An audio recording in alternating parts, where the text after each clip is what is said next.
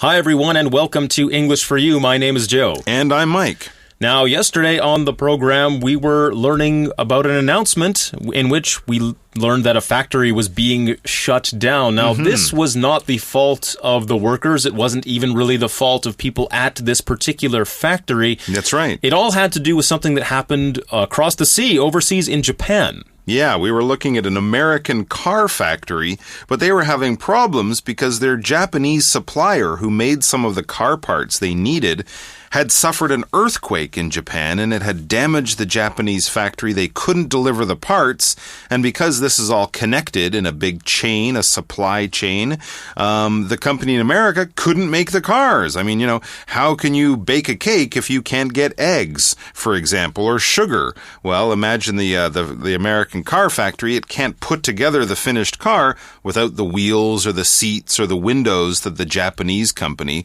was making, so the workers were basically left without a job, hopefully for a short period of time until the Japanese factory gets back on track. But the workers were really left with a lot of questions and mystery about, well, how are they going to make money in the future? That's right. They were placed on leave without pay. And today we're going to be looking at an email from the Japanese side of things. Somebody sending an email to the American factory. And let's find out what happens. Let's read through that email right now. Fingers crossed it's good news. Reading. Dear Mr. Smith, the reason I'm sending this letter is to apologize. As you may have seen in the news, there was a terrible earthquake recently here in Sendai, Japan. During the earthquake, our automobile parts factory was damaged heavily. Because of this, we cannot produce any of the products we normally supply you with. Unfortunately, we do not know how long it will take to fix the assembly line at our factory. Currently, the assembly line is being looked at by engineers. It will take several days for them to decide what we must do next. We will then take what they say to our insurance company. This process could take another week to complete. Once that is done, we will begin work on repairing our factory. Since our business partnership is so strong, we invite you to come to Japan and visit the factory. During your time here, we could further discuss our product line and future cooperation. We're looking forward to hearing from you soon. Yours in service, Akira Yamada, Kurokawa Automobile Manufacturing Inc., Sendai, Japan.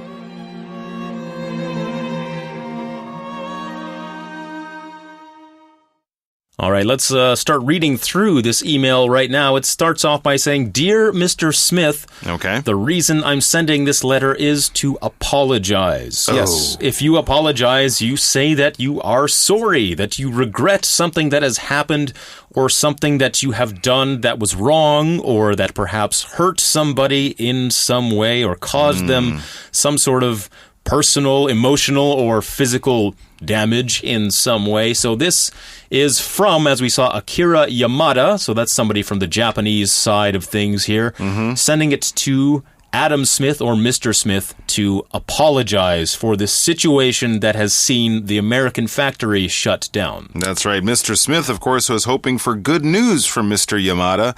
So when Mr. Yamada begins the letter by apologizing, that's not looking very good for Mr. Smith and his American factory. Mr. Yamada continues and says, as you may have seen in the news, there was a terrible earthquake recently here in Sendai, Japan. During the earthquake, our automobile parts factory was damaged heavily.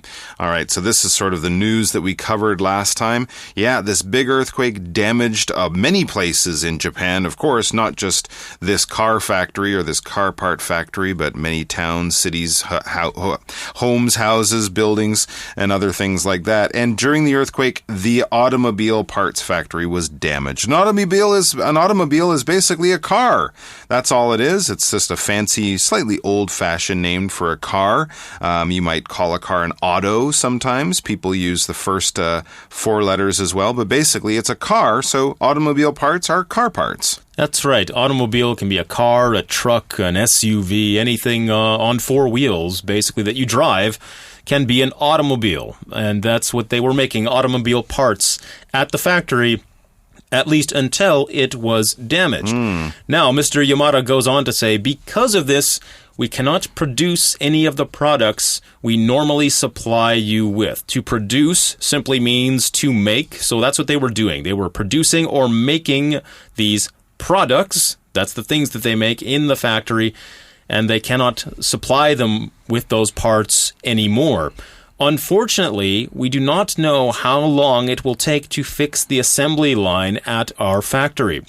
Remember, we learned what an assembly line is yesterday. It's simply the different stations at the factory where different parts are made. And often things will move along an assembly line. For example, if we are talking about a car factory, at one station they will put on the wheels, and the car will move along to the next station where they will put on the doors.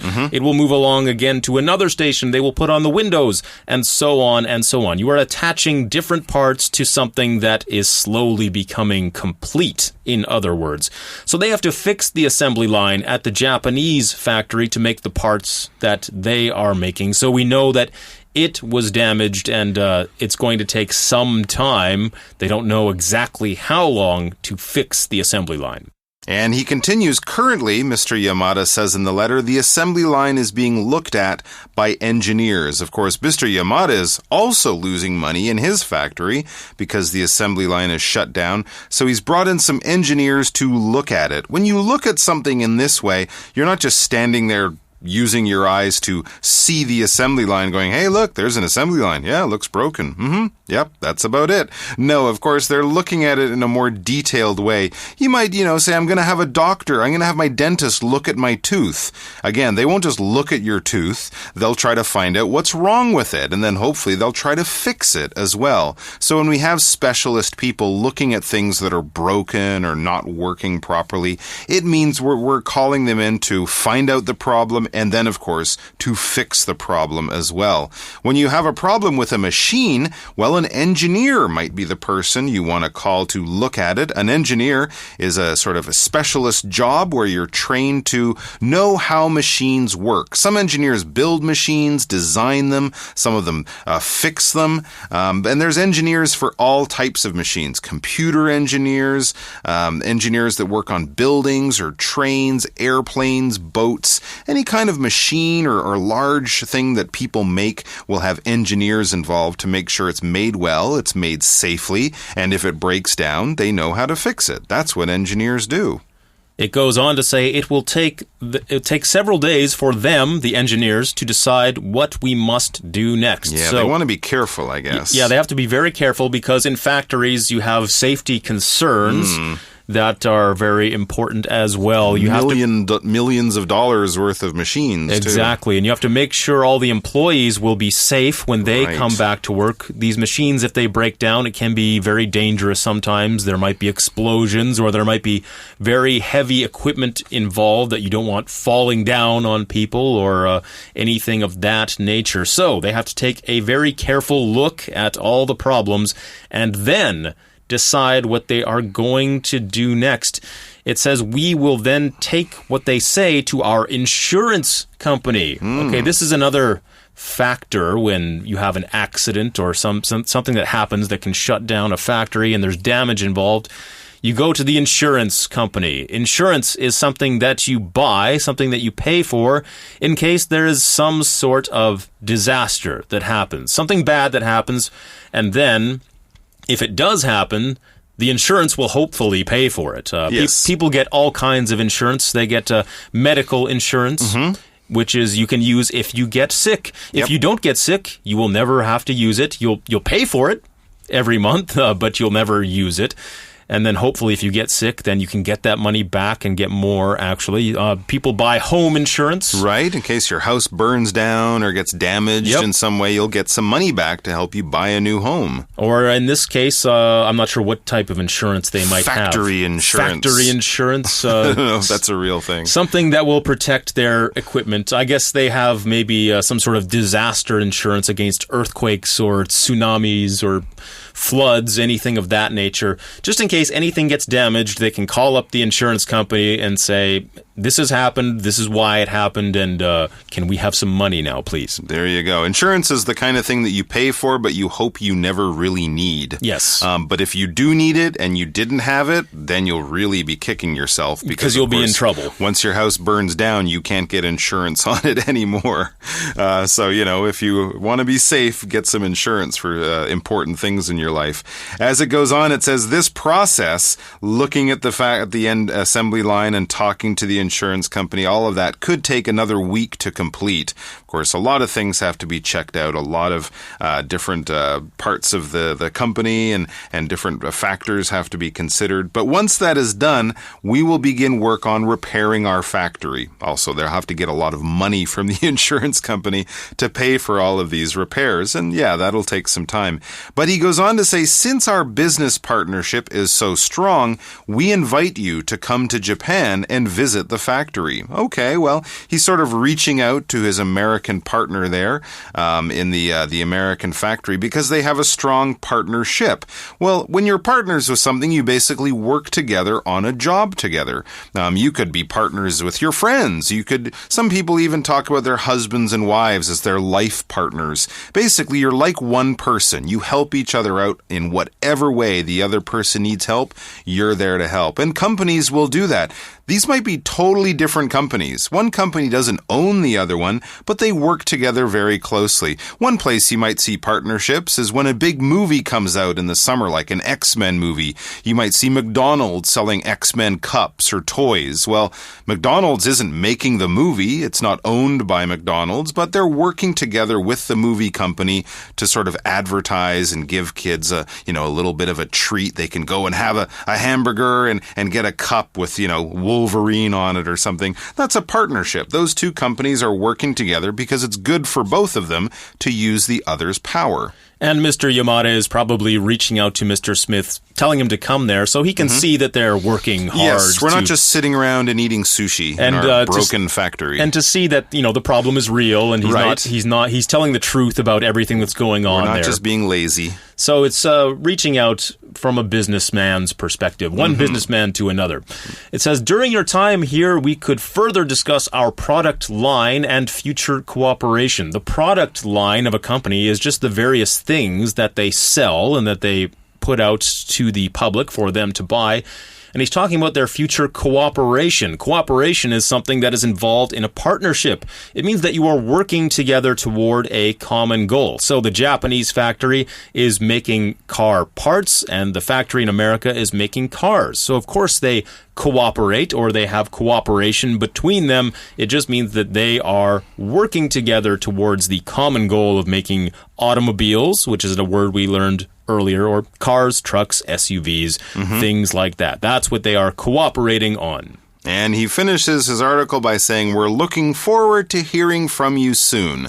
When you look forward to doing something, that basically means something will happen in the future and you're excited about it. So Mr. Yamada is excited to get a letter back from Mr. Smith and hear what he feels about it. And then he ends very politely, yours in service, or yours sort of helpfully. I'm here to help in any way possible. And then he signs his name, puts on the name of his company there, Kurokawa Automobile Manufacturing Incorporated, Ware, Sendai, Japan. Manufacturing is making things. That's what factories do. They're in the manufacturing business. Anything that you made, anything that you buy has been manufactured, has been made in a company. And Inc. is short for incorporated. It's basically the sort of legal organization of a business. Sometimes we see company. Sometimes you might see PLC from a European company. Or LTD. LTD. LTD, limited, something like that. And usually these are just shortened. But basically, when you see something like that, Corp, CO, Inc., it's talking about a company. That's right. Okay, so that brings us to the end of our formal business email from one factory owner or factory employee to another, Mr. Yamada to Mr. Smith. So we've learned what happens or what can happen when a factory is shut down. In this case, due to a disaster. We're almost out of time today. Before we leave you, though, let's go to our For You chat. For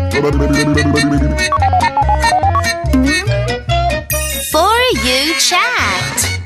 Today on the program, we have seen one businessman, Mr. Yamada, make an apology, quite a formal, polite apology to the American factory owner, Mr. Smith. So that's what our For You chat is about. Which way do you prefer to apologize to someone, writing or talking to them in person? I've never heard you apologize. What? Well, I don't think you've ever actually done anything worth apologizing for, but... I'm sorry. Oh, there you go. I apologize. So you prefer to apologize in person? Yeah, I'm sorry. You didn't write that down? No, I didn't. I'm sorry. I can write it down, though. You're also Canadian, so we're known for saying I'm sorry a lot. Sorry. I'm really sorry. I shouldn't have said that. I'm sorry. But I prefer not just apologizing, but communicating by talking. Yes. I would much rather talk to someone. I think it's better to apologize in person. I think it's more personal. Anything important you want to communicate, I think it's definitely more personal, and it's more sensitive, and you'll do a better job. It's more meaningful, I think, if somebody just sends you an email. Yes. They could have taken 2 seconds to do that. And exactly. They don't have to look you in the eye or anything. That's the thing. So you don't know if they're really sincere. It's the look in their eye and it's the sound in their voice that will kind of give you the idea. And the tears. And the tears. And then the money they offer you sobbing. At the end. That's right. Yeah, you need to see that emotion. That's right. In their eyes, in their voice.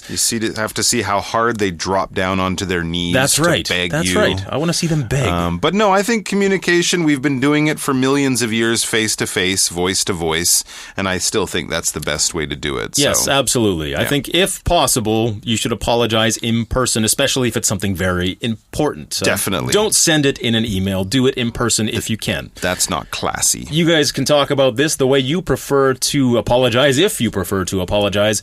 As for Mike and myself, we're right out of time. So until the next edition of English for You, I'm Joe. I'm Mike. Goodbye. Dear Mr. Smith, the reason I'm sending this letter is to apologize. As you may have seen in the news, there was a terrible earthquake recently here in Sendai, Japan. During the earthquake, our automobile parts factory was damaged heavily.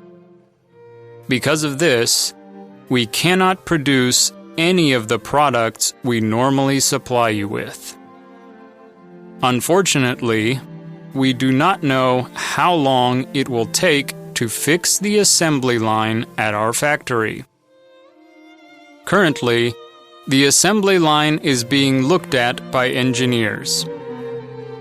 It will take several days for them to decide what we must do next. We will then take what they say to our insurance company. This process could take another week to complete. Once that is done, we will begin work on repairing our factory. Since our business partnership is so strong, we invite you to come to Japan and visit the factory. During your time here, we could further discuss our product line and future cooperation. We're looking forward to hearing from you soon.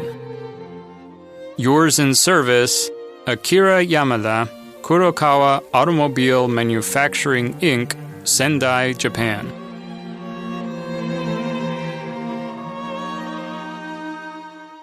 Vocabulary Review. Apologize. Luke called Lucy to apologize after he made fun of her in front of the class. Automobile. The Ford Model T was the first popular automobile and was released in 1908. Engineer. Greg is studying to be an engineer because he likes to build machines. Insurance. The insurance company will pay to fix my car because someone hit me while I was at a stop sign. Partnership. The two companies have a strong partnership. They have created several products together. Cooperation. It's important for people to have cooperation if they want to do anything together.